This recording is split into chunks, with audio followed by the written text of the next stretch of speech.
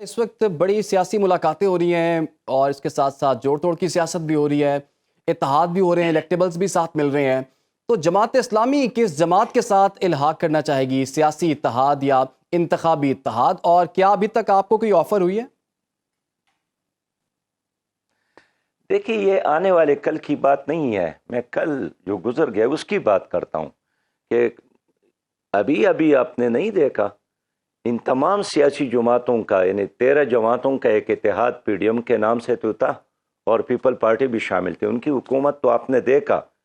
اس طرح 4.25 سال P T I نے حکومت کی تو اس میں بھی بہت سارے گروپ ان کے ساتھ شامل تھے، لیکن یہ ڈیلیور تو نہیں کر سکے۔ آج اگر مہنگائی اور بے روزگاری اور بدامنی اور غیر یقینی صورتحال ہے تو انہی پارٹیوں کی وجہ سے، لہذا ہم نے تمام تجربات کیے ہیں۔ آئی جی آئی میں ہم شامل رہے، وہ کامیاب بھی ہو گئے، لیکن اس نے وہ نہیں کیا جو منشور میں لکھا تھا۔ پھر ہم نے ایم ایم اے میں بھی شامل رہے، ایک حد تک ایک صوبے میں کامیابی بھی ملی۔ اس لیے اس بار ہم نے طے کیا ہے کہ آزمائے ہوئے لوگوں کے ساتھ اتحاد کی بجائے ہم عوام پر اعتماد کریں گے، اور عوام سے یہی چاہتے ہیں کہ وہ ہم پر اعتماد کرے۔ اور اس وقت اگر آپ clean Pakistan, corruption free Pakistan چاہتے ہیں تو آپشن صرف اور صرف جماعت اسلامی ہی ہے۔ اس لیے اب کی بار میں سمجھتا ہوں کہ دیانتداروں کا دور آئے گا۔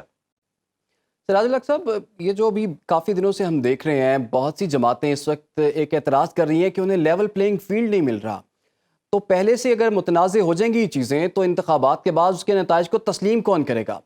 آپ نے ابھی کیمپین کے لیے بھی نکلنا ہے، لوگوں سے آپ کی ملاقات ہوتی ہے، آپ کو سیاسی طور پر کتنی آزادی ہے کیمپین کے لیے؟ اور کیا آپ کو اس سے کوئی مسئلہ تو نہیں ہے، ابھی تک لیول پلینگ فیلڈ آپ کو مل رہا ہے؟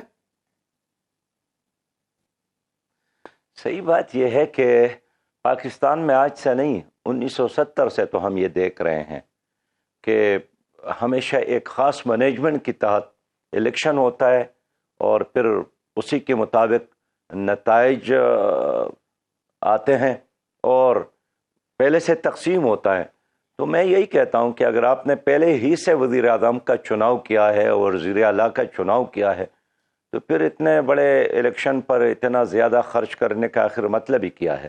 اس لیے بالکل یہ 100% ٹھیک بات ہے کہ سب کو الیکشن کے لیے یکساں ماحول چاہیے، اور خاص کر الیکشن کمیشن کو قانون کے ساتھ چلنا چاہیے، غیر جانبدار رہنا چاہیے، ورنہ یہ الیکشن بھی اگر متنازع بن گئے تو 5 سال، آئندہ 5 سال پھر لڑائی ہوگی۔ اس لیے ہم چاہتے ہیں کہ ہر صورت میں الیکشن کمیشن اپنی حلف کے پاسداری کرے اور تمام سیاسی جماعتوں کو یکساں ماحول مہیا کرے۔ اچھا، ابھی کراچی میں جماعت اسلامی نے بہت اچھا پرفارم کیا، حافظ نعیم الرحمان نے، ہم نے دیکھا کہ کافی سیٹیں بھی جماعت اسلامی نے وہاں سے ون کی تھیں بلدیاتی الیکشنز میں۔ اب عام انتخابات میں کراچی کو آپ کس طرح سے لے رہے ہیں، اور کراچی کے لیے پھر آپ کی کیا پلاننگ ہے؟ کیونکہ ہم دیکھ رہے ہیں سندھ کی حد تک تو مسلم لیگ نون، J U I, G D A Peoples Party کے خلاف ہے، اور ایم کیو ایم بھی ان کا ساتھ دے رہی ہے۔ جماعت اسلامی نے کراچی میں اچھا پرفارم کیا تھا، تو جماعت اسلامی کس کے خلاف الیکشن لڑے گی؟ پیپلز پارٹی کے خلاف یا اس اتحاد کے خلاف؟ دیکھیے، یہ اتحادیں بھی بنتے رہتی ہیں، اور یہی لوگ ہیں کبھی پیپل پارٹی کے ساتھ کبھی اس کے خلاف، یعنی ایم کیو ایم ہے کبھی پیپل پارٹی کے ساتھ، پرویز مشرف کے ساتھ، پی ٹی آئی کے ساتھ، مسلم لیگ کے ساتھ۔ تو اس طرح ان کا یہ ایک سرکل میں ہمیشہ یہ جو سفر ہے یہ جاری رہتا ہے۔ جہاں تک جماعت اسلامی کی بات ہے، ہم اپنی نشان کے ساتھ اور اپنے منشور کے ساتھ ہی الیکشن لڑیں گے، اور کراچی میں جماعت اسلامی کا ایک بہت بیس موجود ہے، گلی اور کوچوں میں ایک طاقت کے طور پر موجود ہے، اور اس وقت جو معیار ہے بالکل مصنوعی ہے، جعلی ہے، کسی بھی وقت یہ انشاءاللہ ختم ہوگا۔ اچھا سراج صاحب، یہ بتائیے گا ملکی سیاست کو آپ کس طرف دیکھ رہے ہیں؟ کیونکہ نواز شریف صاحب جب واپس آئے ہیں تو ایک مرتبہ پھر سے ہم نے پچھلی گورنمنٹ میں تو ہم نے بہت سنا کہ کوئی لاڈلا ہے، کوئی سلیکٹڈ ہے۔ اب ایک مرتبہ پھر سے لاڈلا، سپر لاڈلا، سلیکٹڈ کی باتیں ہو رہی ہیں۔ اگر انتخابات سے پہلے یہ صورتحال ہوگی تو سب لوگ یہ امید لگائے بیٹھے ہوئے ہیں، اتنے عرصے سے انتخابات کا انتظار کر رہے ہیں کہ انتخابات ہوں گے تو ہی ملکی مسائل کا حل اس انتخابات کے بعد ہوگا۔ تو اگر پہلے یہ صورتحال بن رہی ہے، آپ کو لگتا ہے کہ کوئی آج کے دور میں کوئی سلیکٹڈ ہونے جا رہا ہے یا سپر لاڈلا ہے؟ دیکھیے، اس اسکیل سے فائدہ پاکستان کا تو نہیں ہوا، کچھ لوگوں کو ہی فائدہ ہوتا ہے. اور یہ لاڈلے اور سپر لاڈلے کے درمیان اگر یہ الیکشن ہی رہنا ہے تو اس کا مثال تو بالکل ایسی ہے جس طرح آپ پانی میں مدھانی چلا کر مکھن کی توقع رکھے کہ بس مکھن ملے گا. کبھی بھی آپ کو مکھن نہیں ملے گا، پانی پانی ہی رہے گا. تو ہم یہی چاہتے ہیں کہ تمام سیاسی جماعتوں کو یکساں ماحول مہیا کیا جائے. اور یہ جو وقت سے پہلے کچھ لوگوں نے یہ امپریشن بنایا ہے کہ ہماری بات اوپر ہو گئی ہے اور بس ہم کلیئر ہو گئے ہیں اور ہمارے ساتھ وعدے کیے گئے ہیں، ایک لحاظ سے این آر او بتانے کی کوشش کر رہا ہے. لیکن اس بار ووٹر بہت ہوشیار ہے، وہ پہلے پرکھے گا پھر ووٹ دے گا.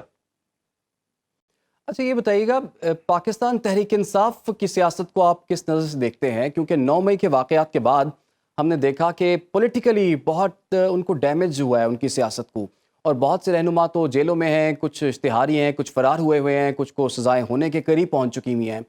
تو پاکستان تحریک انصاف کی سیاست اگلے انتخابات تک آپ کو کیسے نظر آ رہی ہے؟ ذرا پی ٹی آئی کی ساری جو سیاست ہے اس وقت تو ایک بہت بڑے حادثے کا شکار ہے. اور مرکز میں ان کی حکومت تھی وہ ختم ہو گئی، پھر پنجاب میں ان کی حکومت تھی، پھر کے پی کے میں ان کی حکومت تھی، کشمیر میں ان کی حکومت تھی، گلگت بلتستان میں ان کی حکومت تھی. یہ ساری حکومتیں تو ختم ہو گئی اور مطالبہ بھی ان کا اپنا ہی مطالبہ تھا. جو بھی ان کے سوچ تھے شاید وہ یہی سوچ رہے تھے کہ پنجاب اور کے پی کے میں حکومت ختم ہو جائے تو اگلے الیکشن میں ہم اور بھاری مینڈیٹ کے ساتھ آئیں گے. آخری جو ان کے ساتھ ایک اپوزیشن کا عہدہ تھا صوبائی اسمبلی میں، پھر وہ بھی ختم ہو گیا. اور اس بار تو وہ جو اس وقت ان کے نشان پر بھی ایک مسئلہ ہے اور پوری ایک نئے منظرنامے کا سامنا ہے پی ٹی آئی کو.